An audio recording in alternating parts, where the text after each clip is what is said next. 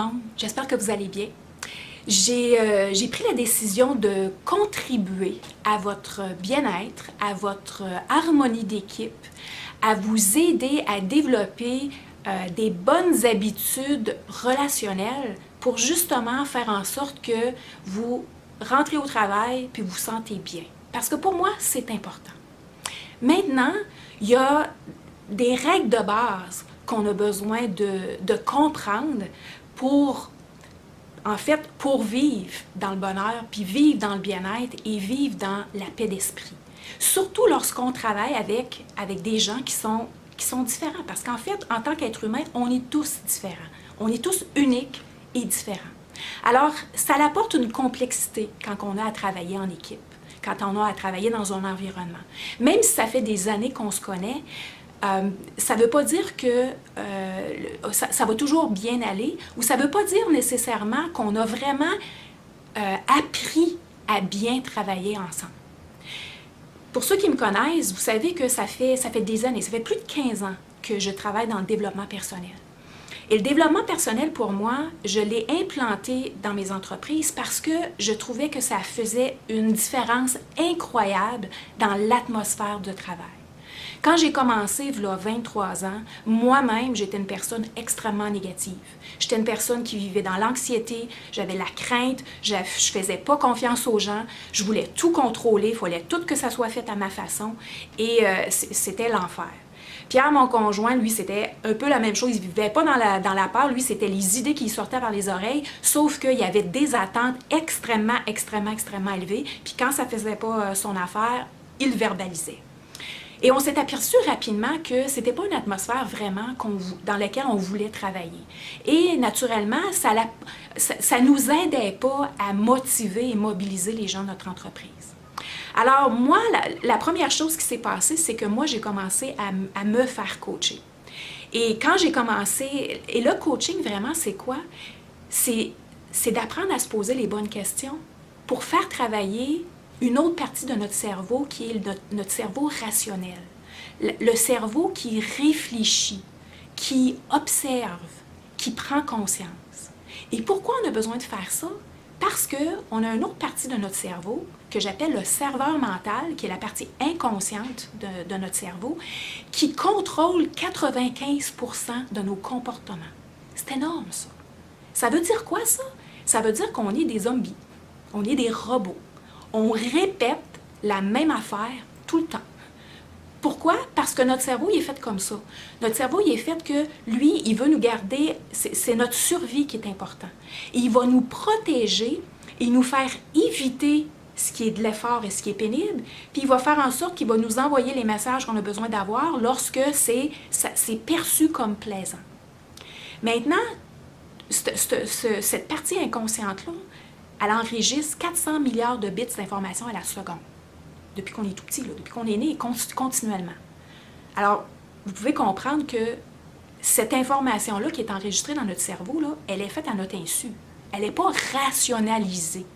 Alors, à l'occasion, quand on réagit à une situation, c'est pas toujours en pleine conscience.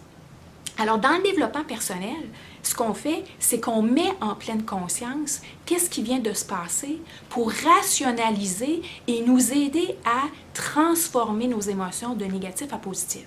Parce que pour être heureux, bien, c'est ça qu'on a besoin. On ne peut pas être anxieux et être heureux en même temps. Okay? Ça ne fonctionne pas ensemble. On ne peut pas avoir une énergie négative et positive en même temps. On est négatif dans un moment présent ou on est positif dans un moment présent.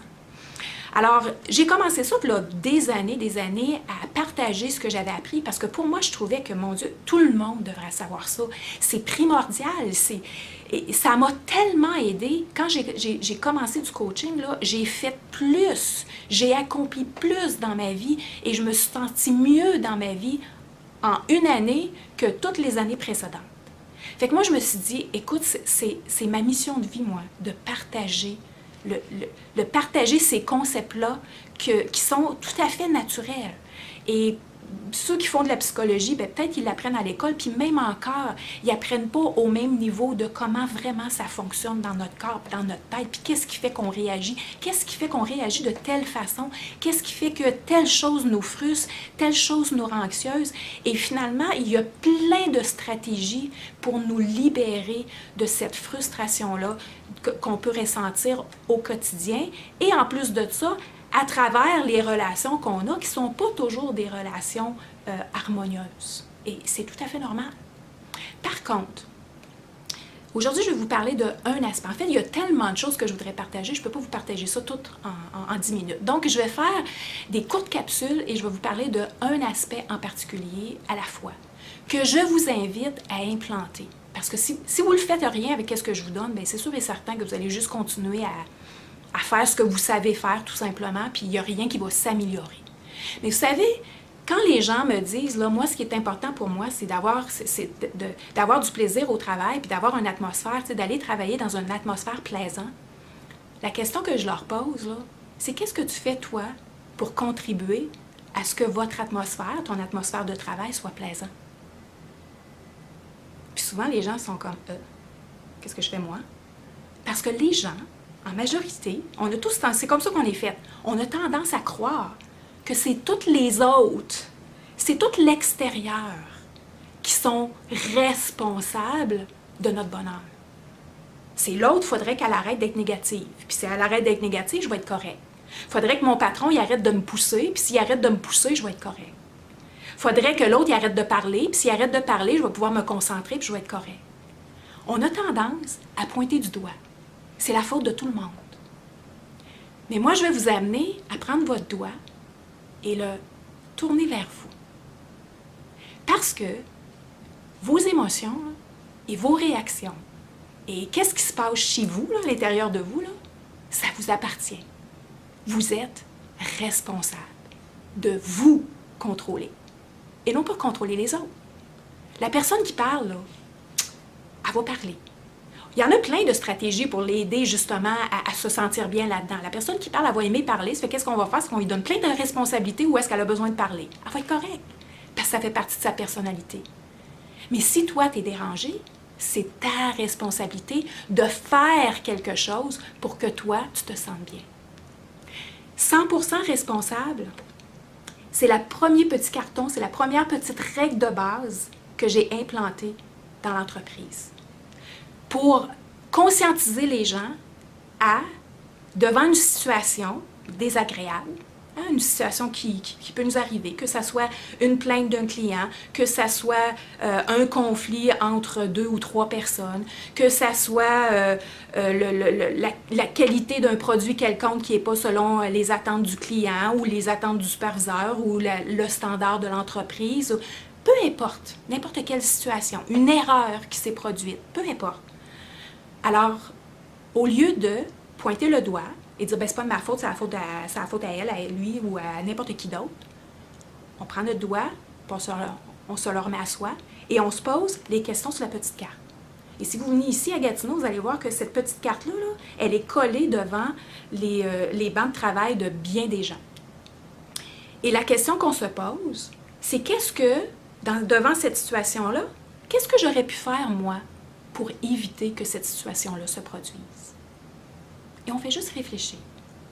Quand vous apprenez à vous poser les bonnes questions, il y a des bonnes réponses qui viennent en tête. Parce que vous en avez du stock là-dedans, là. Vous avez 400 milliards de bits d'informations là-dedans. La réponse est là. Mais c'est parce qu'on n'a pas appris à se poser les bonnes questions. Parce qu'on a appris, depuis qu'on est tout petit, à pointer le doigt. C'est la faute à tout le monde, pas à nous. En fait, je dirais pas la faute. Je ne vais pas utiliser le mot faute. C'est pas la faute à vous. C'est la responsabilité. Si tout le monde prenne la responsabilité de se poser les mêmes questions, donc qu'est-ce que j'aurais pu faire pour éviter? Qu'est-ce que je pourrais faire dorénavant, dans le futur? Parce que je ne peux pas changer le passé, mais je peux changer le présent qui va changer le futur. Qu'est-ce que je pourrais faire dorénavant pour éviter que cette situation-là elle se reproduise encore? Et qu'est-ce que je peux faire maintenant pour améliorer la situation? Ça, c'est les 3 questions que j'amène les gens à développer l'habitude de se poser devant n'importe quelle situation. Imaginez-vous, si chacun de vous, aviez cette habitude-là à l'intérieur de vous, devant n'importe quelle situation. Une erreur, un manque, un standard de ne pas rencontrer, une plainte, une problématique, un conflit, n'importe quoi. Ça va pas bien avec une autre personne, on a l'énergie, la communication ne fonctionne pas bien. Mais au lieu de pointer le doigt, puis de rester dans le ressentiment, on se posait ces questions-là. Qu'est-ce que ça donnerait? Est-ce que ça améliorerait l'atmosphère? Est-ce que ça améliorerait nos relations? Ben oui, ça le ferait. Alors, pourquoi qu'on ne se donnerait pas cette règle de base-là? 100% responsable. Moi, ce que je vous invite à faire, c'est de l'écrire sur votre tableau blanc. 100% responsable. Et là, vous comprenez la signification de ça. Ça ne veut pas dire qu'il n'y a pas une personne là, qui prend tout sur ses épaules puis c'est sa responsabilité. Là. Non, non, non, non, non. C'est que chacune des personnes, on se pose la question. Puis là, je sais, certains d'entre vous vont avoir tendance à dire, ben ouais, mais tu sais, à l'administration, il n'y a pas grand-chose que je peux faire, là, moi, pour ça. Posez-vous quand même la question.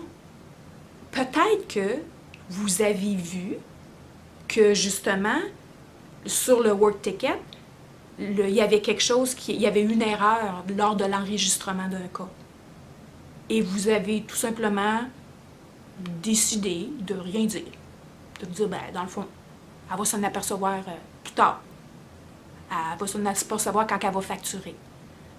Ben, ça serait, si on est en mode responsabilité, ben, ça serait quelque chose, ça, que je pourrais faire pour éviter une erreur. C'est que si, lorsque j'observe quelque chose, ben, je peux apporter à l'attention de l'autre que, oh, gars, j'ai remarqué que. Et là, comme n'importe quelle habitude, ça ne prend pas une seule fois pour se souvenir qu'on se donne comme engagement, qu'on prend toutes nos responsabilités. Vous savez, pour développer une habitude, là, ça prend minimum 90 jours pour avoir des sentiers neurologiques différents au niveau de notre cerveau. Ça a vraiment été prouvé.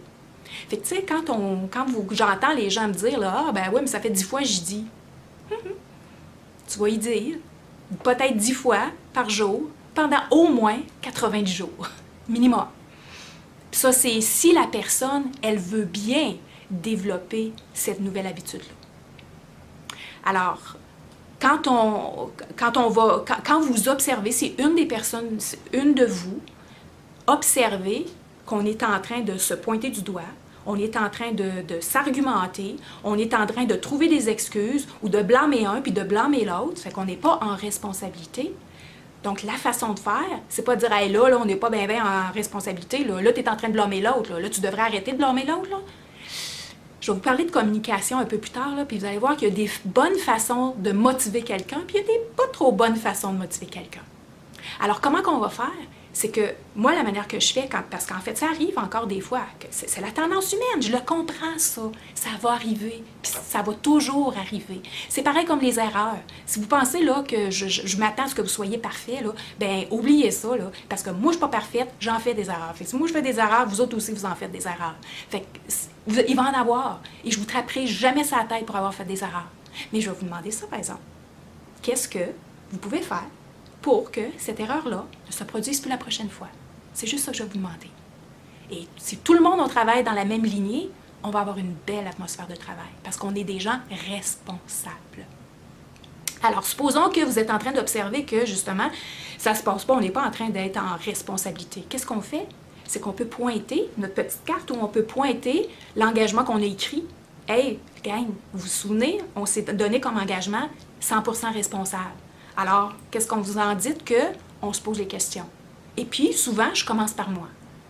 Moi, dans cette situation-là, voici ce que je vais faire la prochaine fois pour éviter que ça se reproduise. Puis après ça, je pose la question à l'autre. Puis toi, qu'est-ce que tu pourrais faire? Puis toi, qu'est-ce que tu pourrais faire? Alors là, c'est un engagement positif. C'était la première capsule, première règle de base, 100% responsable. Alors, si tout le monde a ça, bien, Éric, il n'aura pas besoin de transporter les responsabilités de tout ce qui se passe sur ses épaules. Parce que de toute façon, c'est impossible qu'il fasse ça. Et c'est la même chose qu'il ne peut pas transporter sur ses épaules votre malheur, ou la façon dont vous vous sentez, ou votre anxiété, ou votre frustration, ou votre désaccord, ou votre insatisfaction. Il ne peut pas transporter ça sur ses épaules. Il peut juste prendre ses responsabilités et se poser la question, qu'est-ce qu'il peut faire pour contribuer à ce que ça s'améliore? De la même façon que moi je le fais. Alors, vous avez, vous aussi, une énorme responsabilité dans l'atmosphère de travail que vous créez. Je vous vois la prochaine fois.